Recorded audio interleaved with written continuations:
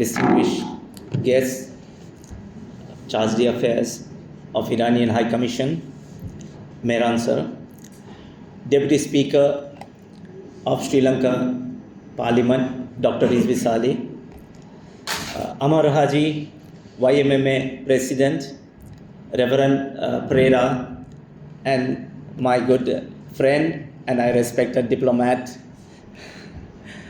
of Iranian cultural head, Moazimi, Dr. Moazimi sir. இங்கே வந்த உடனே எனக்கு சொல்லப்பட்டுச்சு சுருக்கமாக தமிழ் பாஷையில் பல விஷயங்கள் உங்களுக்கு சொல்ல முடியுமான்னு சொல்லி. நான் எதிர்பார்க்கல இந்த சந்தர்ப்பம் அல்ஹம்துலில்லாஹ் எனக்கு கிடைக்குமென்னு சொல்லி சுருக்கமாக சொல்லி முடிக்கிறேன். வந்திருக்கிற சகோதர சகோதரிகளே, பாலஸ்தீன் இப்பொழுதுக்கு இருக்குதுன்னா அதுக்கு ஒரு காரணம் ஈரான். ஈரான் இல்லாட்டி இன்றைக்கி ஒரு பலஸ்தீன் அல்ல மிஞ்சி இருக்காது. அதை மாதிரி பாகிஸ்தான் இல்லாட்டி காஷ்மீர் ஒன்று மிஞ்சி இருக்காது. நான் காஷ்மீரை பற்றி பேசுகிறது இல்லை, இன்றைக்கி பலஸ்தீனை பற்றி பேசுகிறேன். இப்போ நாங்கள் ஒரு வீடியோ கிளிப் பார்த்தோம். சாப்பாடுக்கு வழி இல்லாமல் ஆட்கள் தவிக்கிறாங்க. 1967 நடந்த வளைகுடால அந்த போர், அந்த வார் இஸ்ரேல் ஜாயனிஸ்ட், இஸ்ரேல் தீவிரவாத நாடு என்று தான் எல்லாமே சொல்கிறாங்க உலகத்தில், நான் மட்டுமல்ல. அதனால அந்த 6 நாள் அந்த நடந்த போரில் முஸ்லீம் நாடுகள் இஸ்ரேலுக்கு தாக்குதல் பண்ணிச்சு. ஆனால் இஸ்ரேல் ஒரு நாளில் எல்லாருக்கும் அடிச்சிட்டாங்க. அது ஏன்? பலசாலிகள் இருந்தாங்க முஸ்லீம்கள் அந்த டைமில். ஏனென்றால் எங்களுக்குள்ளே துரோகிகள் இருந்தாங்க. traitors among Muslims, traitors among the truthful, traitors among the loyal. அதனால தான் யூதர்களில் எல்லாம் யூதர்கள் அப்படி இல்லை, ஜாயனிஸ்ட் யூதர்கள் அந்த கேப்சர் பண்ண, அந்த பிடிச்சு கொண்ட எங்களுடைய முதல் Kaaba, correct me if I'm wrong, Baitul Muqaddas, இஸ்லாமிகளில் முதல் காபா. அதுக்கு பிறகு தான் நாங்கள் காபத்துல்லாவை அல்லா தாலா நபி ஸல்லல்லாஹு அலைஹி வஸல்லம் ஆசைப்படி கிப்லாவை மாற்றிருக்கிறாங்க. இன்றைக்கி முக்கியமான விஷயம் அல் குத்ஸ் தினம். எத்தனை பிள்ளைகள் ஷஹீதாக்கப்பட்டது, எத்தனை தாய்மார்கள் தவிக்கிறாங்க, எத்தனை தகமன்னார்கள் அவங்களுடைய பிள்ளைகள் இல்லாமல். நான் இந்த பிள்ளைகளை மட்டும் இன்றைக்கி சுருக்கமாக சொல்ல போகிறேன் உங்களுக்கு. நீங்கள் 2-3 நாள் முதல் கண்டிருப்பீங்க போர் நிறுத்தம் இருந்துச்சு. ஆனால் அந்த ஜாயனிஸ்ட் இஸ்ரேல் மீண்டும் குண்டுகள் வீசி ஆட்களை கொல்லுது. என்ன மிஞ்சி இருக்கு அங்கே இல்லாமல் ஆக்குறதுக்கு?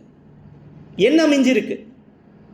இருக்கிற கொஞ்சம் பேர் அவங்க தான் மிஞ்சி இருக்கிறாங்க. அவங்க தடமட்டமாக்குறதுக்கு அவங்க யோசிக்கிறாங்களோ? இஸ்ரேலை பற்றி சொல்ல போனால் இஸ்ரேல்ன்றது என்னன்னு சொன்னார். இஸ்ரேல் இஸ் அ கேன்சர், புற்றுநோய். அது ஒருக்கா வந்தால் அது முடியாது, எல்லாத்தையும் முடிச்சுக்கிட்டு தான் அது இருக்கும், அது வாழும், எங்களை எல்லாத்தையும் முடிச்சிடும். இந்த புற்றுநோய்க்கு எதிர்ப்பாக முஸ்லீம்கள் இனம் பலசாலி ஆகணும். இது எங்களால் மட்டும் முடியாது, இலங்கையோட முஸ்லீம்களால் மட்டும் முடியாது. இது முடியும் வளைகுடா நாடுகளில் இருக்கிற அரபு நாடுகள். Until Arab countries wake up, this matter is not going to be sorted. Arab countries should take initiative. அரபு நாடுகள் எழும்பி அவங்களுக்கு இருக்கிற பலங்கள், பதவி ஆசையோ பட்டம் ஆசையோ, நான் ராஜா இருக்கணுமா, நான் ஷேக்கா இருக்கணுமா, நான் பெரியவராக இருக்கணுமான்னு சொல்லி யோசிக்கிறாங்களோ அல்லாஹு ஆலம். ஏன் எங்களுக்குள்ளே கோழைகள் இருக்கிற காட்டி இந்த பிரச்சனை முடியாது சகோதர சகோதரி. கவலையாக தான் இருக்கு. 47 யுனைடெட் நேஷனல் ஐக்கிய தேசிய சபையில் இருக்கிற 2 விஷயங்கள், தீராத விஷயங்கள். நான் முடிச்சிடுவேன் இப்போ ஒரு நிமிஷத்தில். ஒன்று பலஸ்தீன் இஷ்யூ, ஒன்று காஷ்மீர் இஷ்யூ. 3வது இஷ்யூ எல்லாம் மறக்கிறாங்க. Junagadh issue, state of Junagadh. கொஞ்சம் கூகுள் பண்ணி பாருங்க. Junagadh Nawab was to pro-Pakistan, forget about that.